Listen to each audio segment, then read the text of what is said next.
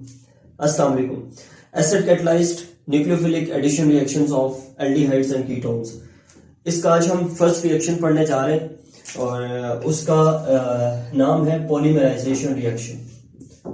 Polymerisation की term आपने इससे पहले बहुत दफा सुनी होगी और बल्कि आपको I hope I am confident कि आपको पता भी होगा पॉलीमराइजेशन का क्या मतलब होता है। Polymerisation is the combination of smaller molecules, combination of monomers to form a large molecule having a large molecular weight. This process is called basically polymerization.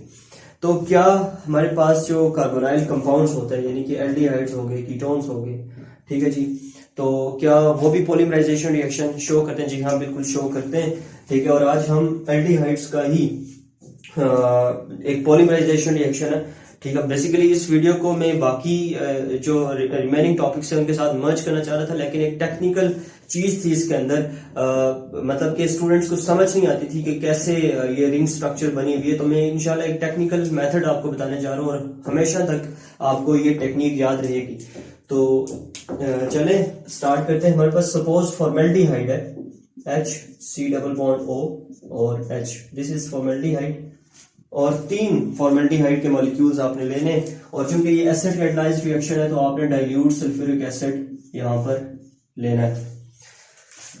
क्या होगा देखें, ये आपका कार्बन है, ठीक है, इस कार्बन को मैं यहां पे रिंग स्ट्रक्चर बनेगी, ठीक है, रिंग स्ट्रक्चर बनेगी, लेकिन मसला ये है कि ये रिंग स्ट्रक्चर बनती कैसे, इसकी समझ नहीं आती। एक बहुत जबरदस्त इसकी टेक्निक बताऊंगा। देखें, ये बीच में कार्बन है, ठीक है, इस कार्बन के साथ कितने हाइड्रोजन लगे हुए हैं? 2, तो यहां पर 2 हाइड्रोजन ऊपर लगा दे।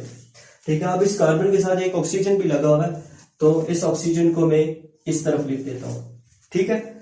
अच्छा, अब इससे नेक्स्ट मूव करूं अगर, तो नेक्स्ट जब मैं मूव करता हूं दूसरे इसी फॉर्मेल्डिहाइड के मॉलिक्यूल की अगर मैं बात करूं, तो दूसरा भी यहां पर कार्बन होगा, ठीक है जी, दूसरे फॉर्मेल्डिहाइड का जो कार्बन है, और इस दूसरे कार्बन मतलब दूसरे फॉर्मेल्डिहाइड में भी इसी तरह 2 हाइड्रोजन होंगे, उनको यहां पर लगा दें, ठीक है, और इसका जो दूसरे फॉर्मेल्डिहाइड का जो ऑक्सीजन है उसको यहां पे लगा दें।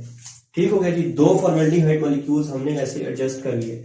फिर नेक्स्ट क्या करना है? नेक्स्ट ऐसे ले जाए, ठीक है, फिर कार्बन को ले आए, कार्बन के साथ उस फॉर्मेल्डिहाइड में मजीद 2 हाइड्रोजन अटैच हो गए, उनको यहां पे लिख दें, ठीक है, और ऑक्सीजन को यहां पे लिख दें और इन दोनों को आपस में जोड़ दें, ठीक है। तो एक रिंग स्ट्रक्चर बन जाती है जिसमें रिंग के अंदर 1 2 3 4 5 6 नंबर ऑफ एटम्स हैं, उनमें से 3 1 2 3 कार्बन से और 3 हमारे पास ऑक्सीजन से। तो ये जो स्ट्रक्चर है इसको कहते हैं मेटाफॉर्मेल्डिहाइड, मेटाफॉर्मेल्डिहाइड। आई होप कि आपको इसकी समझ आई होगी। अच्छा, अब नेक्स्ट इससे आगे एसिटाल्डिहाइड पे अगर हम मूव कर जाएं, तो एसिटाल्डिहाइड की स्ट्रक्चर मैं थोड़ा सा इधर करके लिखता हूं। सपोज ये एसिटाल्डिहाइड है, CH3, और इसके साथ ये हाइड्रोजन, ये एक एसिटाल्डिहाइड है, हमने इसके 3 मॉलिक्यूल्स यूज करने। देखें यहां पर 3 मोनोमर्स मिलके ये जो स्ट्रक्चर बना रहे हैं इसको कहते हैं ट्राइमर। क्या कहते हैं? ट्राइमर, क्योंकि ट्राइमर को बनाने के लिए 3 मॉलिक्यूल्स आपस में कंबाइन होते हैं, 3 मोनोमर्स कंबाइन हुए हैं, इस वजह से उसको ट्राइमर कहते हैं। यहां पर भी 3 मोनोमर्स कंबाइन होंगे, जो प्रोडक्ट बनेगा वो भी ट्राइमर ही कहलाएगा। तो आपने यहां पर भी डाइल्यूट सल्फ्यूरिक एसिड यूज करना है, ठीक है जी। तो क्या बनेगा? सपोज ये वाला कार्बन है, सेंट्रल कार्बन, इसकी एक तरफ देखें CH3 ग्रुप लगा है, जिस तरह ऊपर हाइड्रोजन था तो इस तरफ CH3 ग्रुप है, और दूसरी तरफ हाइड्रोजन लगा हुआ है, ये वाला, ठीक है जी, और सेंटर में इधर कार्बोनाइल कार्बन का ऑक्सीजन है, ठीक है। फिर नेक्स्ट इसी तरह चले जाएं, ये कार्बन, फिर इधर ऑक्सीजन, ठीक है, फिर यहाँ पे कार्बन और फिर यहाँ पे ऑक्सीजन, और इस तरह आपस में जोड़ दें, ठीक है। ये जो कार्बन है, इस कार्बन के साथ एक तरफ CH3 ग्रुप, दूसरी तरफ हाइड्रोजन, CH3 और यहां पर हाइड्रोजन, फिर यहां पर भी CH3 और यहां पर भी हाइड्रोजन। तो ये जो स्ट्रक्चर बनी, जस्ट हमने बाहर वाले जो ग्रुप्स हैं उनको थोड़ा सा चेंज किया है, हाइड्रोजन की जगह हमने CH3 लगाया, क्योंकि एसिटाल्डिहाइड यूज कर रहे थे हम मोनोमर्स में। तो इस स्ट्रक्चर को कहते हैं पैराल्डिहाइड, ठीक है जी। आई होप कि आपको ये स्ट्रक्चर बनानी अब आसानी के साथ आ गई होगी कि हम इसकी स्ट्रक्चर कैसे बनाते हैं मेटाफॉर्मेल्डिहाइड की।